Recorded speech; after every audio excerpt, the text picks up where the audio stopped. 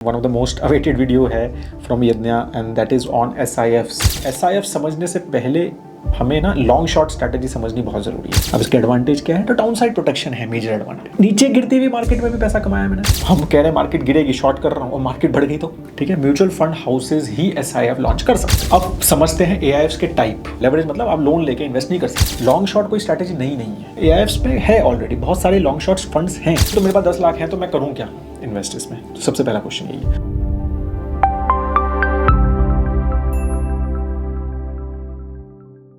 Hello friends, welcome to Yagya investment academy. आज बात करने वाले हैं, मेरे ख्याल से one of the most awaited video है from Yagya and that is on SIFs, specialised investment funds. तो ये न्यू बेसिकली टाइप ऑफ एक investment instrument which SEBI has launched I think in April. तो वो आया है मार्केट में and I think now new funds are about to get launch. तो अभी वो स्टार्ट हो गया है, right, funds launching and everything. तो ऑफकोर्स अब क्वेश्चन ये है कि what is it, first of all क्या क्या टाइप्स होते हैं, कितना एडवांटेज है, डिसएडवांटेज क्या हैं, and is it for me, right. तो वो सब चीज़ें इसमें बेसिकली डिटेल में थोड़ा डिस्कस करेंगे। थोड़ा सा लंबा रहेगा video but be with me for on that, right.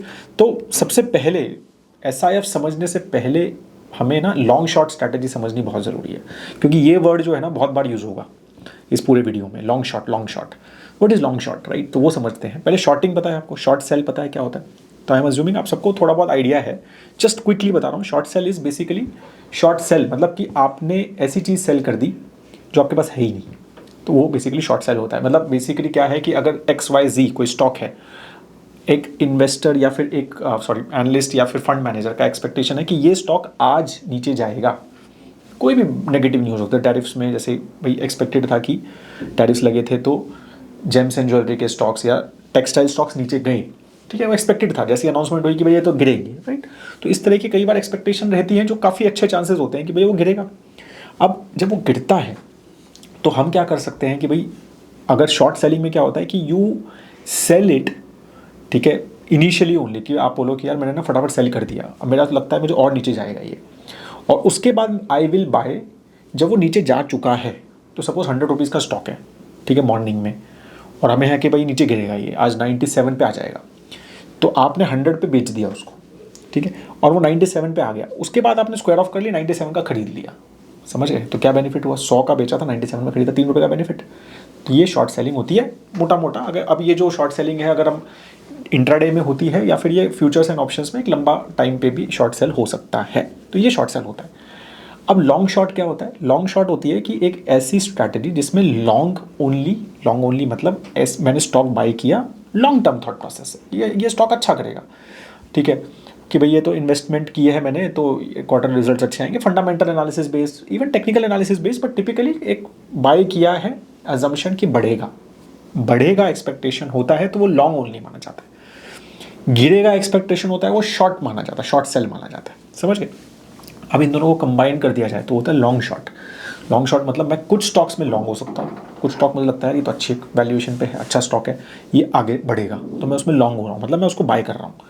और कुछ मेरे को लग रहा है कि नहीं यार, ये वाला सेक्टर या ये स्टॉक जो है अच्छा नहीं कर रहा है, ये गिरेगा नीचे, तो उसको मैं सेल कर रहा हूँ, ठीक है। तो simultaneously I can do both with in that framework of the fund.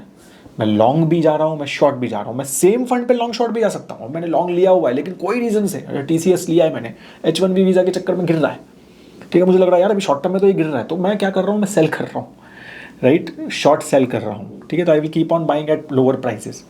तो समझ गए आप?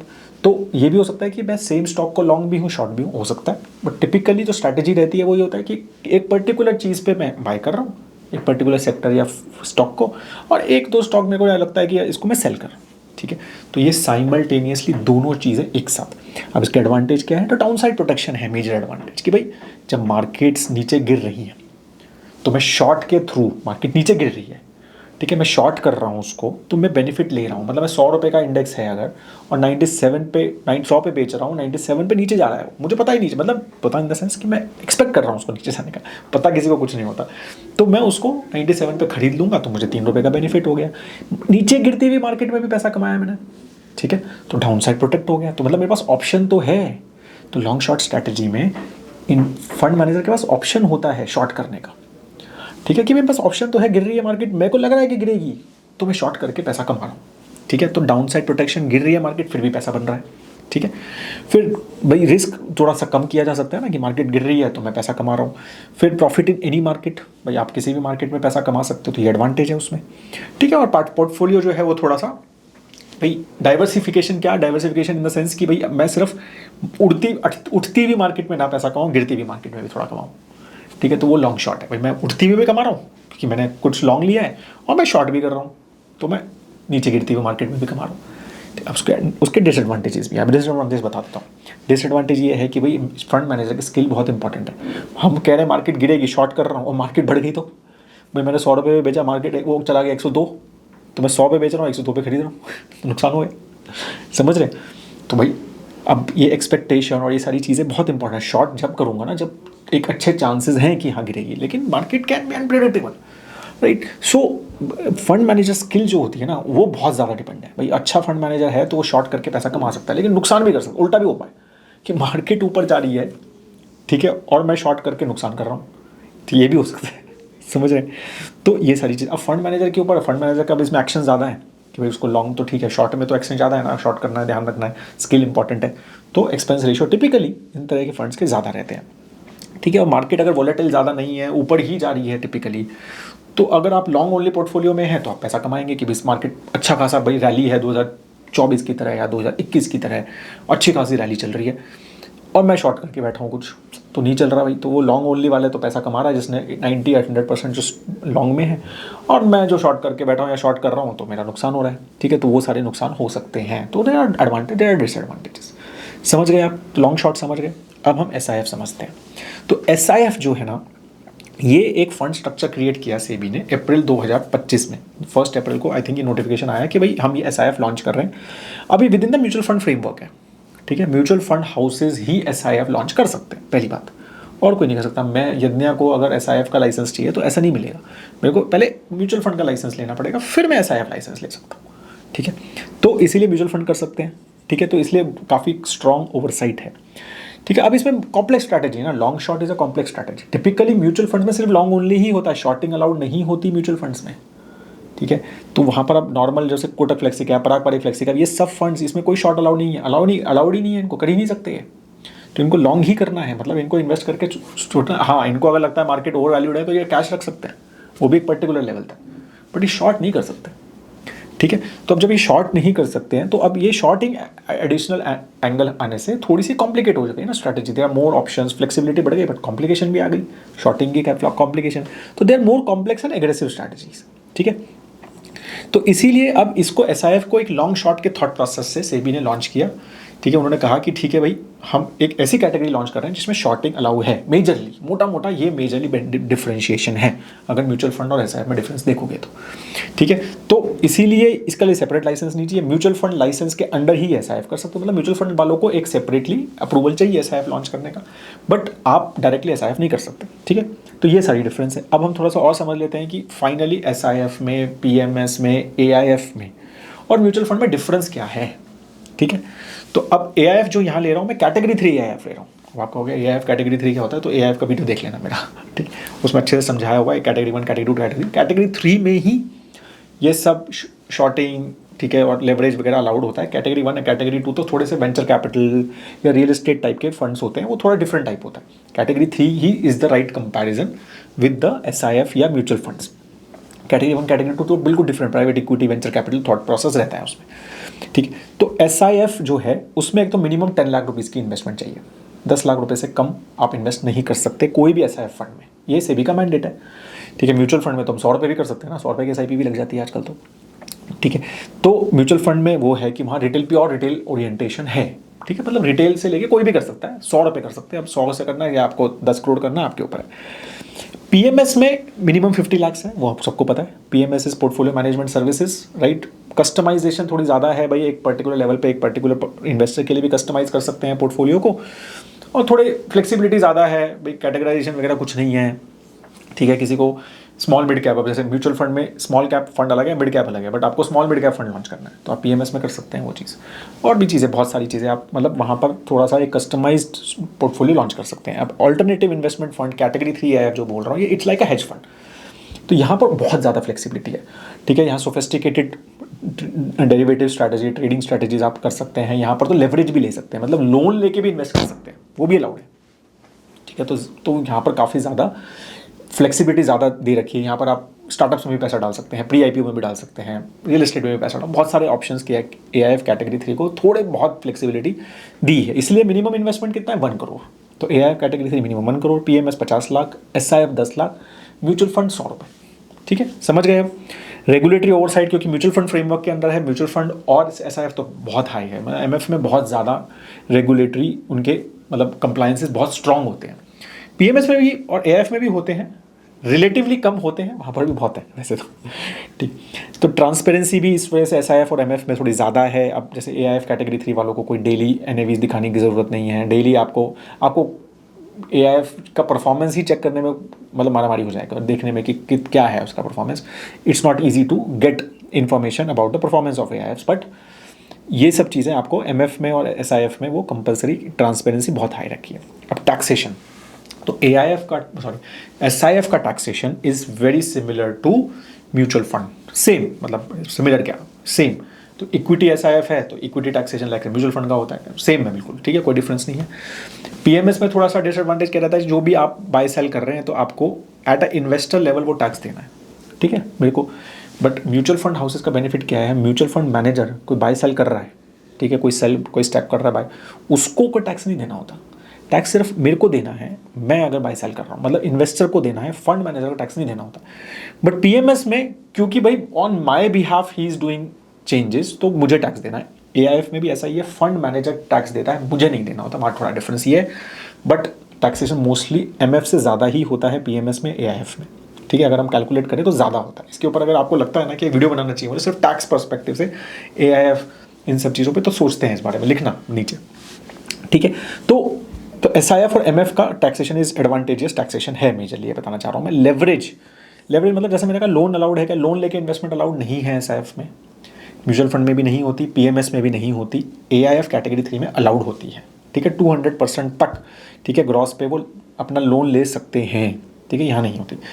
अब SIF is a majorly on long short strategy, जो मैंने समझाया आपको, ठीक है। Mutual fund is a long only, वहाँ शॉर्टिंग अलाउड नहीं है, लॉन्ग ओनली ही है।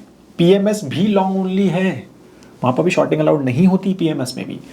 एआईएफ कैटेगरी 3 में सब अलाउड होता है, और मोटा मोटा, ठीक है। तो वहाँ पर आपको बहुत डाइवर्स वहाँ पर स्ट्रैटेजीज अलाउड होती हैं, ठीक है। तो इसलिए थोड़ी हाई फ्लेक्सिबिलिटी है एज कम्पेयर टू एमएफ। भाई लॉन्ग शॉर्ट है ना, तो शॉर्ट अलाउड है, तो इसलिए थोड़ी सी एमएफ से ज़्यादा फ्लेक्सिबिलिटी इनमें है। तो जैसा अगेन कुछ और समझाएं तो अब expense ratio, SIF expense ratio is like mutual funds like, तो 2.25% की कैप है, जैसे एमएफ्स की होती है कि 2.25% से ज़्यादा आप एक्सपेंस रेशियो नहीं रख सकते, वो भी यहाँ पर भी है।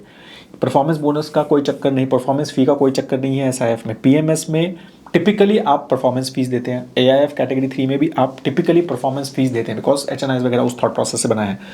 बट यहाँ पर नहीं ले सकते, एसआईएफ में वो अलाउड नहीं है, एमएफ स्ट्रक्चर है वो।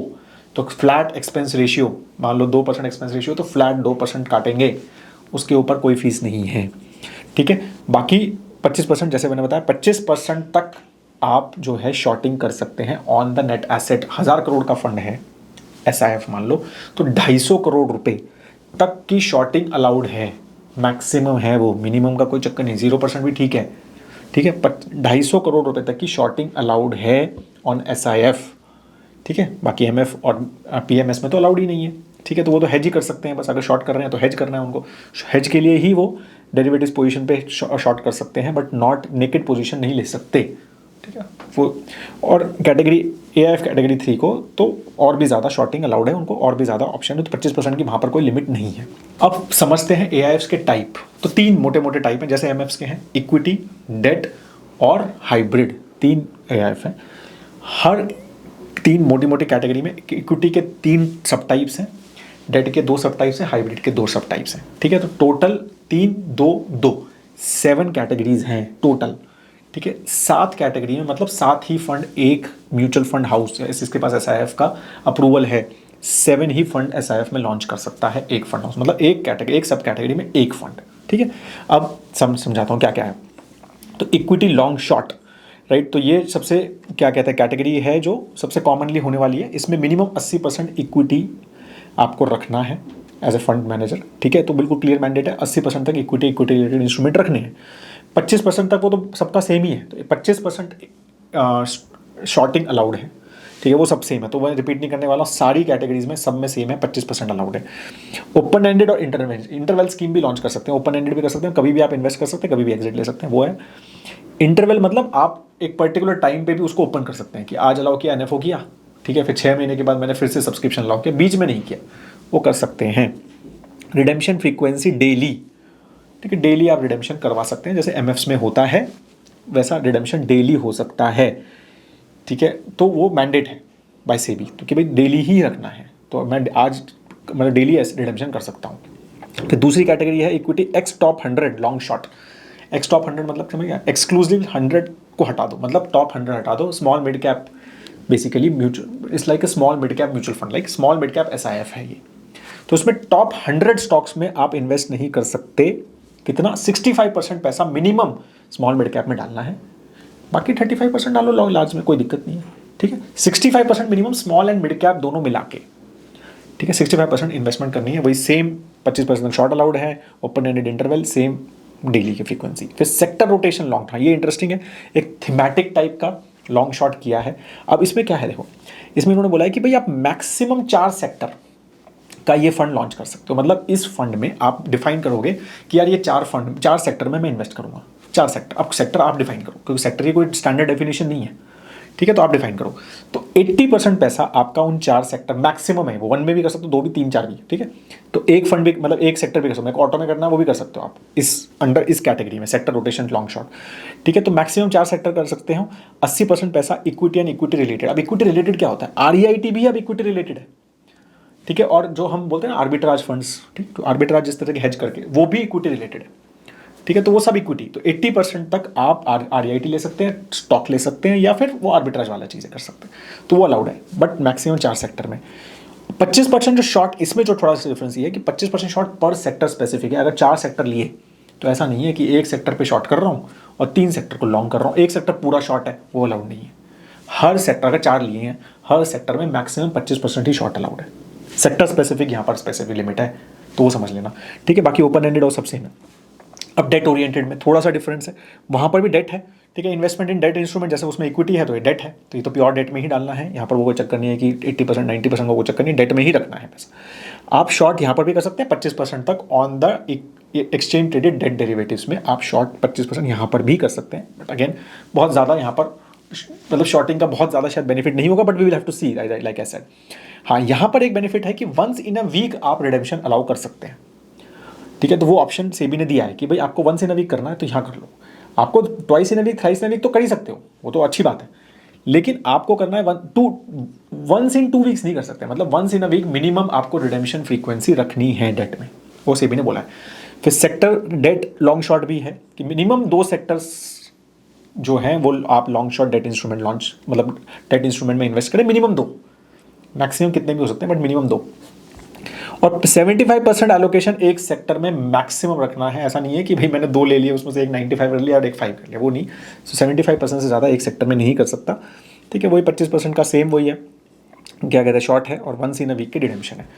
अब हाइब्रिड भी है, हाइब्रिड भी 2 टाइप की है, एक है asset allocator, active asset allocator, short long short fund similar to multi asset जैसे हमारा है, या डायनेमिक एसेट एलोकेशन फंड्स है ना हाइब्रिड में, म्यूचुअल फंड में सिमिलर है कि भाई इक्विटी में डालो, डेट में डालो, इक्विटी एंड डेट डेरिवेटिव्स में डालो, आरईआईटीज में डालो, इनविट्स में डालो, कमोडिटीज सब में किसी में भी डालो, कितना परसेंटेज भी डिफाइन नहीं किया ये किस में कितना परसेंटेज डालना है, कितना भी डालो, फुल फ्लेक्सिबिलिटी, किसमें 100% आरईआईटी करना है 100% आरईआईटी करो, 100% गोल्ड करना है 100% गोल्ड करो, 100% डेट आपके ऊपर है, पूरा डायनेमिक एसेट एलोकेशन स्ट्रैटेजी है पूरी प्रॉपर, ठीक है। वही सेम 25% शॉर्ट है, बट वो इक्विटी और डेट पे ही है शॉर्ट, आप आरईआईटीज मतलब बेसिकली कमोडिटी वगैरह पे वो नहीं कर सकते हो, ठीक है।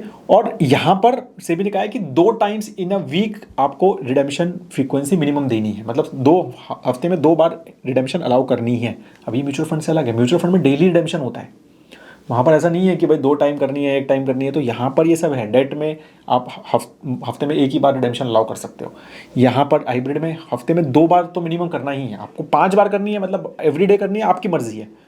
और इक्विटी में लेकिन डेली ही करनी है, तो ये क्लियर है। दूसरा इनका हाइब्रिड लॉन्ग शॉर्ट फंड भी अलाउड करा है, सेबी ने कहा है कि 25% इक्विटी 25% डेट, 25% इक्विटी 25% डेट रखना है, ठीक है, मिनिमम रखना है। अब उससे ज़्यादा रखना आपकी मर्जी है, बट मिनिमम 25% इक्विटी 25% डेट तो रखना ही है इसमें। फिर वही 25% जो है वो शॉर्ट है, वो तो सेम है, फिर 2 टाइम्स फ्रीक्वेंसी यहाँ पर भी है, एनी लेस इज फाइन। तो ये सब कैटेगरी 7 जो है basically total type of SIFs हैं, 3 इक्विटी, 2 हाइब्रिड, 2 डेट। तो कोई भी SIF लॉन्च कर रहा है तो 7 ही कर सकता है, हर कैटेगरी में आप एक ही कर सकते हो, ये मैंडेट है, ठीक है, समझ गए अब। तो MF से सिमिलरिटीज देखो बहुत सारी हैं।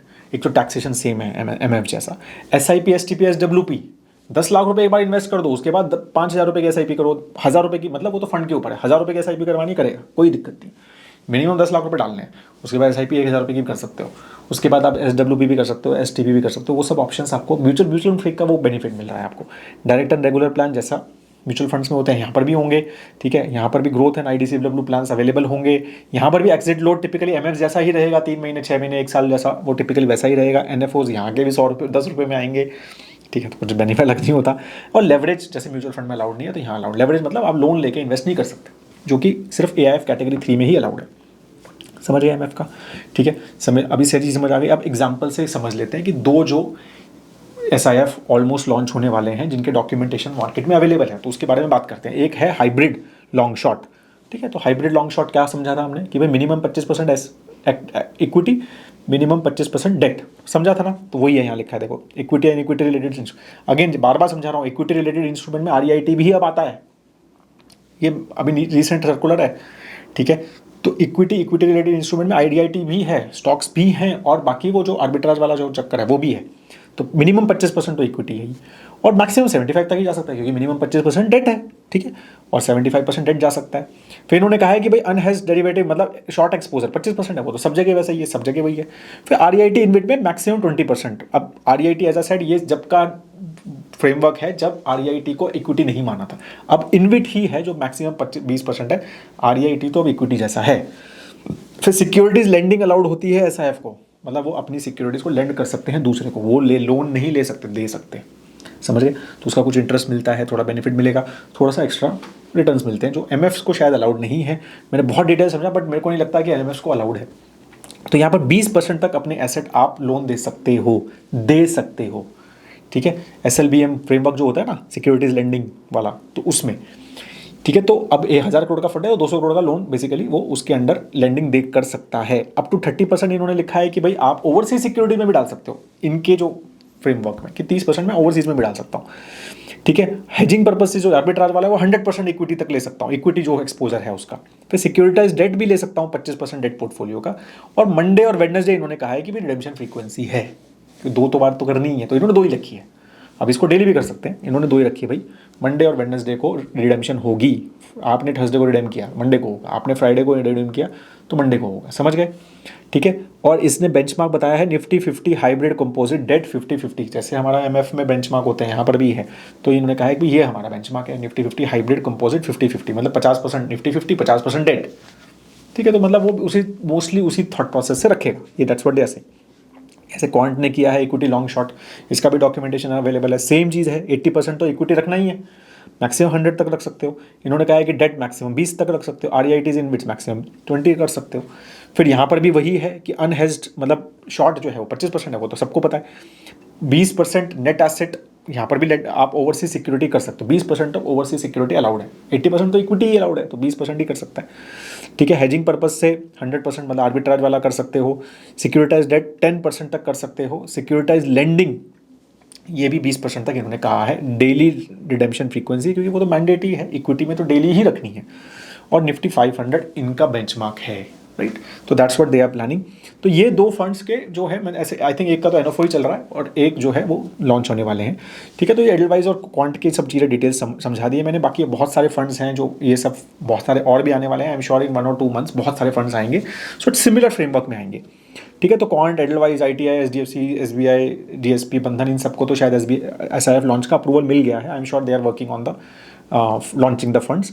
और एक्सिस और निपॉन भी फाइल पेपर कर चुके हैं इसमें, ठीक है।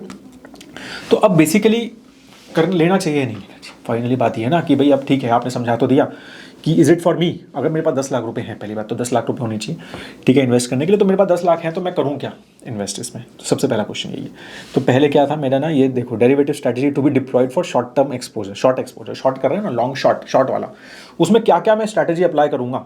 तो ये क्वांट ने अपना डिटेल लिखा है और ये पूरी लिस्ट नहीं है, ठीक है, तो थोड़ी सी ही है, तो आप ये समझ लो। मेरे को तो समझ ही नहीं आई आधी से ज़्यादा चीज़ें।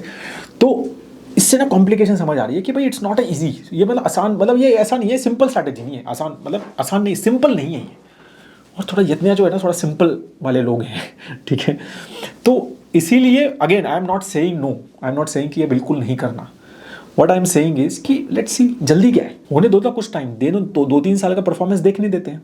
मतलब टिपिकली हमको नया फंड भी लॉन्च होता है, कुछ भी होता है, 3 साल का परफॉर्मेंस मिनिमम देखते हैं, मिनिमम। मतलब मैं तो वैसे 5-7 साल बोलता हूँ भाई, मिनिमम 3 साल तो होने दो।